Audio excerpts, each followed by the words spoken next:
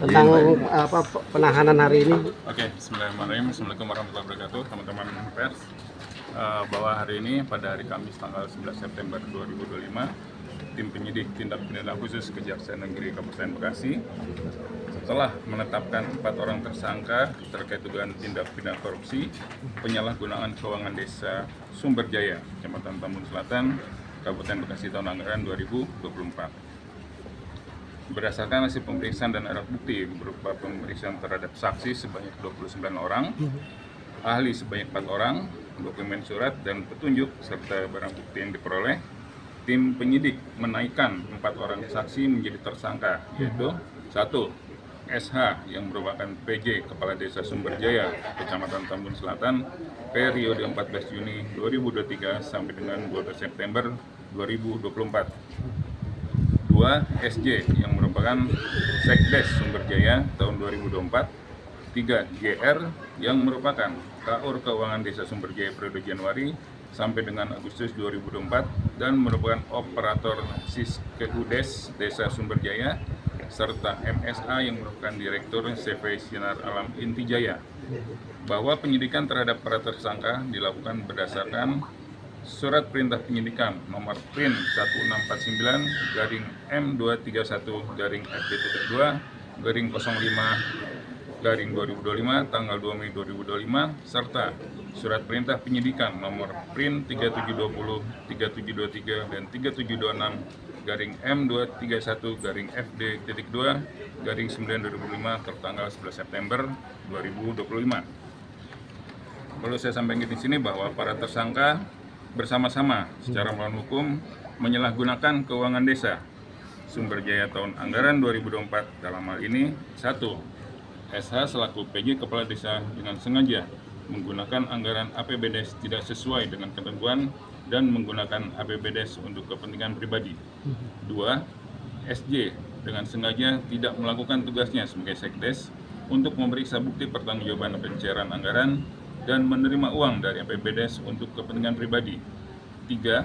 GR selaku KUR Keuangan dengan sengaja membuat pertanggungjawaban seolah-olah benar dan menyesuaikannya dengan RAB yang dalam APBDes dan menggunakan anggaran APBDes untuk kepentingan pribadi. 4. MSA selaku Direktur CV Sinar Alam Intijaya dengan sengaja menjadi tempat penampungan uang APBDes Sumberjaya tahun anggaran 2024 untuk selanjutnya diberikan kepada SH, SJ, GR dan bertindak seolah-olah menjadi pelaksana kegiatan APBDes dan menerima fee. Perbuatan yang dilakukan oleh para tersangka SH, SJ, GR dan MSA menimbulkan kerugian negara sebesar 856.642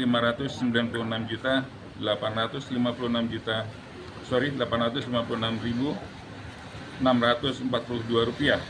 Hal itu berdasarkan laporan penghitungan kerugian keuangan negara dari Kantor Akuntan Publik. Para tersangka disangka melanggar primer pasal 2 ayat 1 junto pasal 18 Undang-Undang Nomor 3199,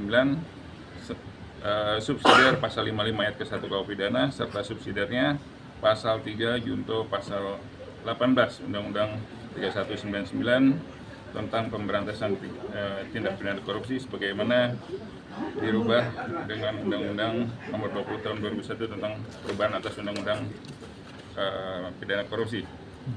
Untuk kepentingan penyidikan perkara ini, setelah dikhawatirkan para tersangka melarikan diri, merusak atau menghilangkan barang bukti dan perbuatan para tersangka diancam dengan pidana penjara 5 tahun lebih, maka terhadap para tersangka dilakukan penahanan rutan oleh tim penyidik selama 20 hari ke depan, terhitung sejak tanggal 11 September 2025 sampai dengan tanggal 30 September 2025 di Lembaga Permasyarakatan kelas 2A Cikarang.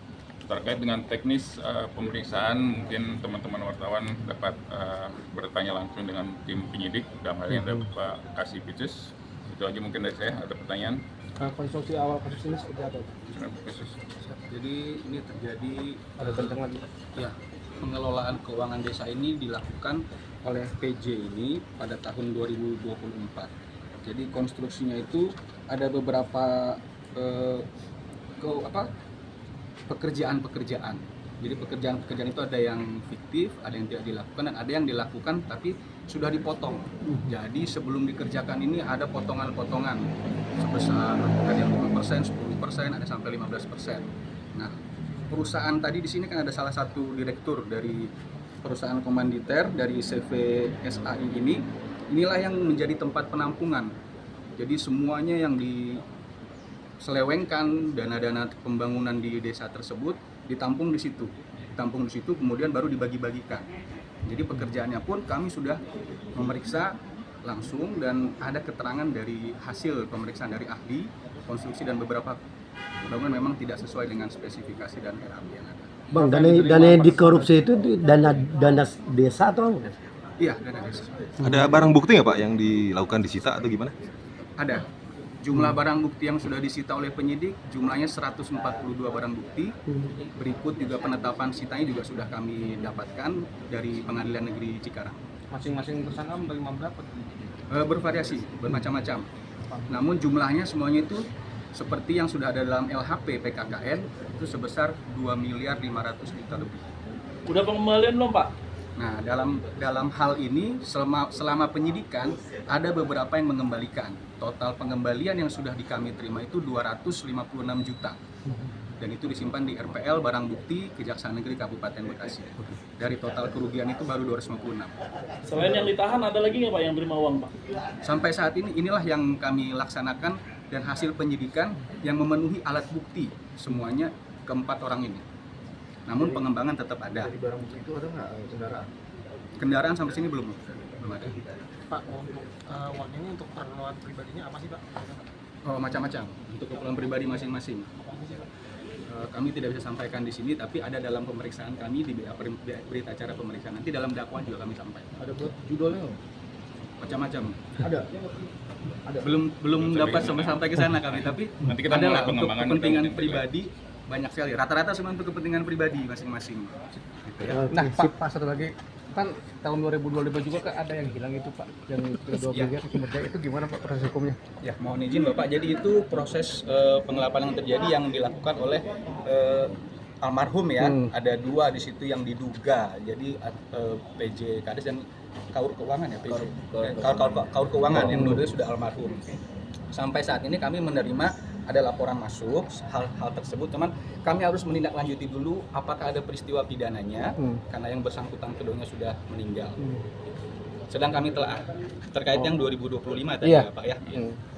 Cukup ya. Begitu. Terima kasih. Terima kasih Pak Sindan.